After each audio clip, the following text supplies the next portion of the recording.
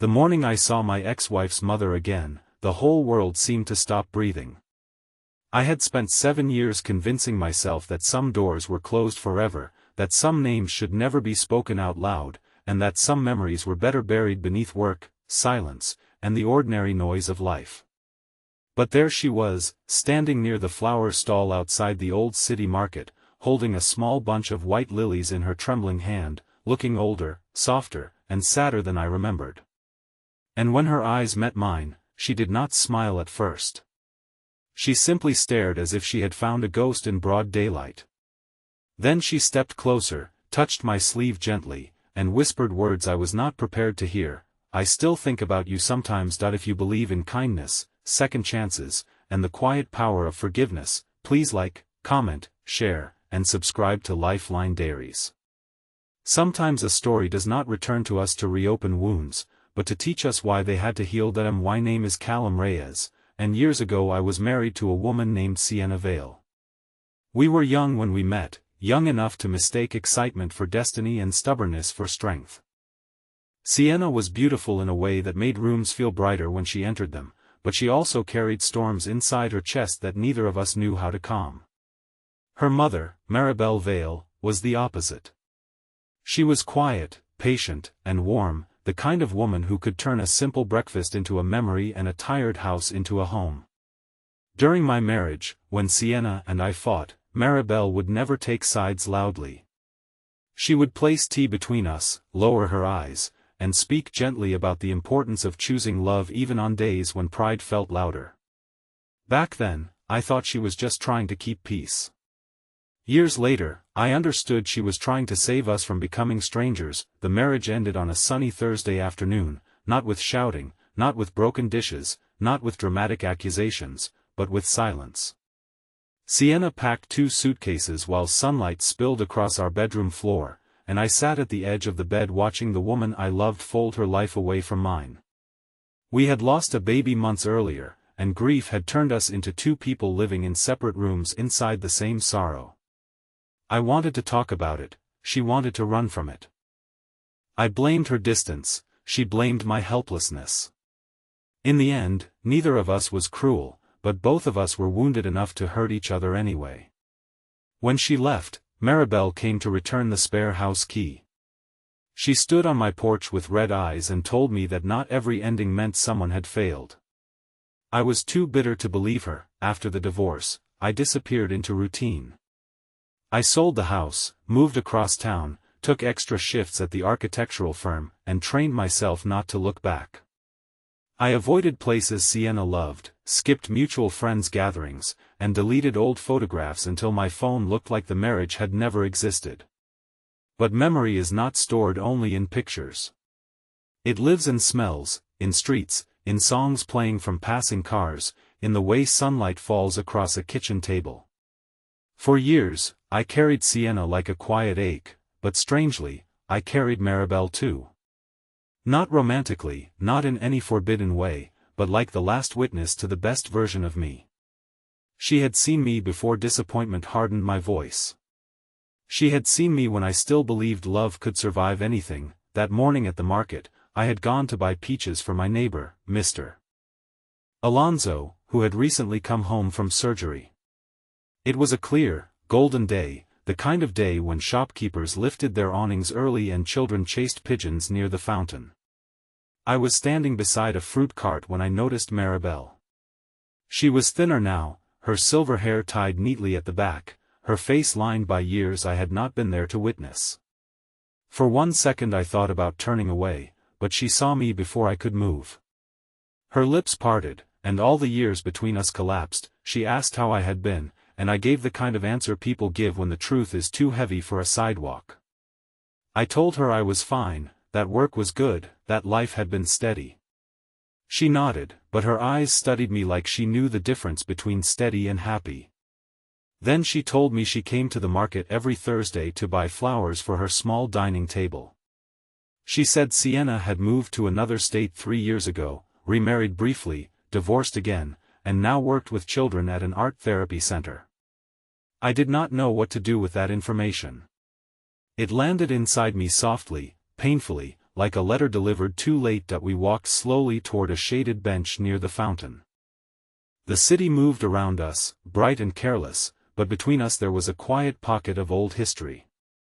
Maribel told me she had wanted to call after the divorce but did not know if she had the right. She said she had watched two broken people walk away from each other when what they needed most was someone to teach them how to grieve together. Her voice shook when she said she still remembered the baby's tiny knitted blanket, the one Sienna had chosen in pale yellow because she wanted the nursery to feel like sunrise. I looked down at my hands and felt 7 years vanish in a single breath. For a long time, I had believed Sienna's family blamed me. I had imagined Maribel sitting at her kitchen table telling relatives I had not been strong enough, not patient enough, not good enough to keep her daughter safe. But Maribel looked at me that day and said something that broke me more gently than accusation ever could. She said she had never stopped praying that I found peace. She said I had been a good husband in a season that was too heavy for two young hearts. She said Sienna had loved me, even when she no longer knew how to stay. Those words did not fix the past, but they loosened something inside me. For years, I had carried shame like a stone in my pocket. I had replayed every argument, every cold dinner, every night Sienna turned her back to me while I stared at the ceiling wishing I knew how to reach her. I had convinced myself that love ended because I failed to hold it correctly. But hearing Maribel speak with such tenderness made me realize that sometimes love ends because grief becomes a language neither person understands. Maribel invited me to walk with her to the small community garden behind the library, where she volunteered twice a week. I should have said I was busy, but I followed her. The garden was alive with daylight.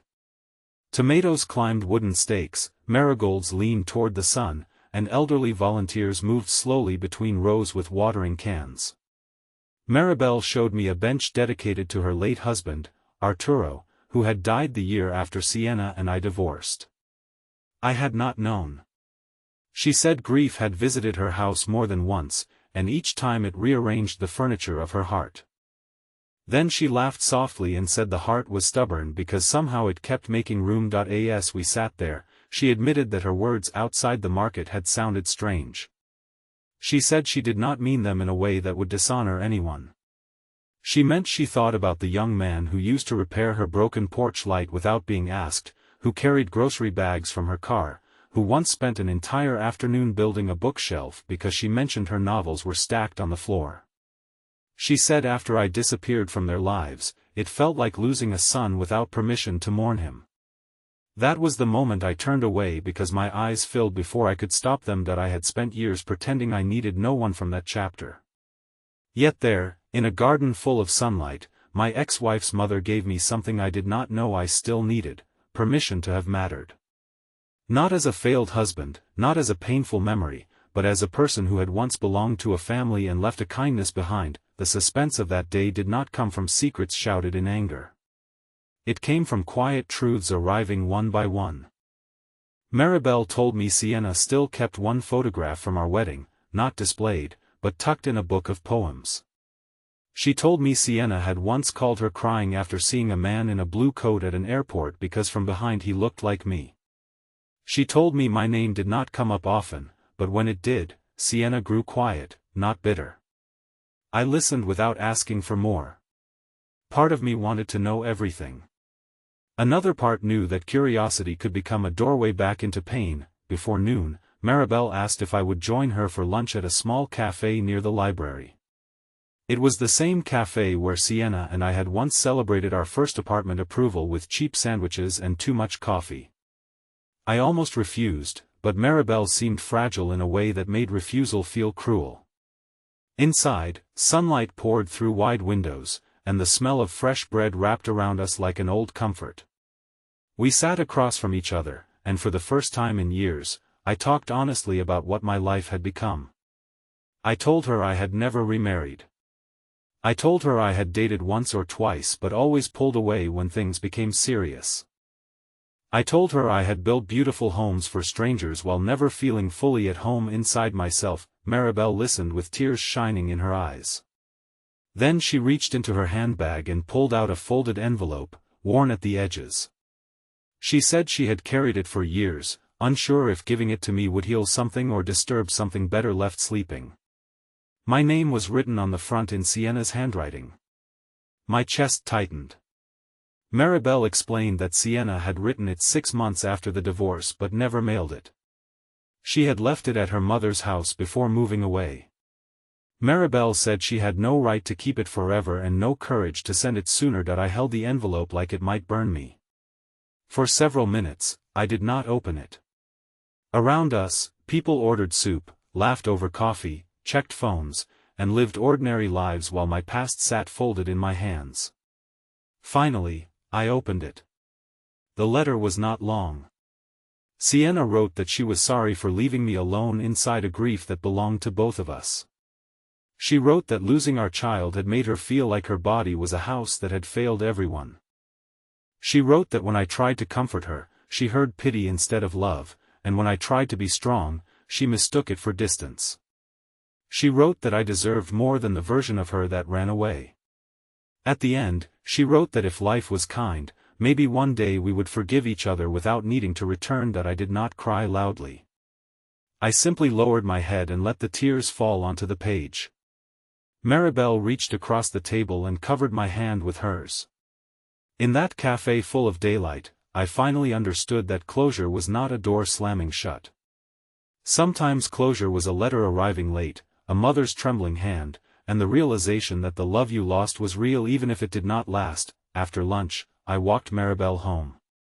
Her house was smaller than the one I remembered, but the porch had flower pots, wind chimes, and a blue chair near the door. She invited me in for tea, and I accepted.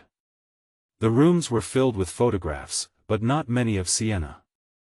There was one of her at a beach, smiling with wind in her hair, older and softer than the girl I had married. I looked at it for only a moment. Maribel noticed but said nothing. Instead, she showed me the bookshelf I had built years ago.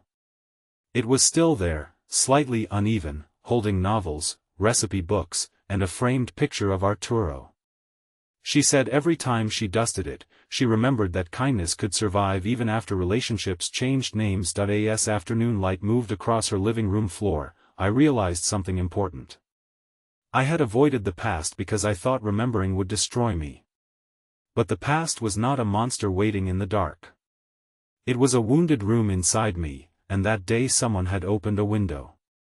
Fresh air came in. So did pain, but pain with air around it is different. It can move. It can leave. When I stood to go, Maribel hugged me. Not politely, not briefly, but like a mother hugging someone she had missed for too long. She told me I did not have to be a stranger anymore. She said I could visit sometimes, not because of Sienna, not because of old promises, but because family was sometimes made of people who remembered your goodness when you forgot it yourself. I could not answer at first. I only nodded. Weeks passed, and I did visit again. At first, it was once every other Thursday after the market. I fixed her loose cabinet handle, replaced a garden hose, and helped carry soil bags to the community garden. Slowly, the visits became less about the past and more about the present. Maribel asked about my work. I asked about her health. She taught me how to make Arturo's favorite lemon cake, and I pretended not to notice when she packed half of it for me to take home. Something gentle returned to my life, not romance, not drama, but belonging. Then one bright Saturday morning, while helping Maribel arrange flowers for a charity event at the library, I saw Sienna. She stood near the entrance holding a box of children's paintings, her hair shorter now, her face calm but stunned. For a moment, neither of us moved. Maribel looked between us, fear and hope crossing her face at the same time. My heart pounded, but not with the old desperation. Sienna walked over slowly and greeted me with tears in her eyes. We did not embrace. We did not pretend time had not passed. We stood in the sunlight as two people who had once loved each other, lost each other, and survived. Sienna thanked me for being there for her mother. I thanked her for the letter. Her face trembled when she realized I had read it. She said she had wanted me to know but had been afraid that reaching back would hurt me more. I told her it did hurt, but it also freed me. We spoke for only a few minutes, but every word felt honest. There was no promise to try again, no sudden reunion, no dramatic confession. Life had taken us in different directions, and maybe that was right. But before she left, she told me she was glad I existed in her mother's life again. She said some people are not meant to remain spouses, but they are still meant to be remembered with grace. That evening, after the charity event ended and the sun dipped low but the world was still glowing, I walked home with a strange peace inside me. I thought healing would mean forgetting Sienna. I thought moving on would mean erasing Maribel and every room where I had once belonged. But healing was not forgetting. Healing was remembering without bleeding. It was seeing the people from your past in daylight and realizing they no longer held weapons, only pieces of your story. If this story touched your heart, please like, comment, share, and subscribe. Your support helps Lifeline Diaries bring more emotional stories about kindness, forgiveness, hope, and second chances to people who may need them more than we know. Special request: comment I believe in second chances if this story reminded you of someone you still carry in your heart. Years later, when people ask me if I ever found love again, I tell them yes, but not in the way they expect. I found love in an old woman's garden, in a late letter, in a repaired bookshelf, in forgiveness that arrived quietly under a bright afternoon sky. I found love in learning that not every broken relationship is a failure. Some are bridges that collapse so we can learn how to build gentler ones. Maribel is still in my life now. I visit her on Thursdays, bring peaches when they are in season, and sit with her under the porch awning while the day moves softly around us. Sometimes we talk about Sienna. Sometimes we talk about nothing at all. And sometimes, when the wind moves through the flowers, I think about the life I lost, the family I found again, and the whisper that changed everything. I still think about you sometimes. Those words did not pull me backward. They led me home.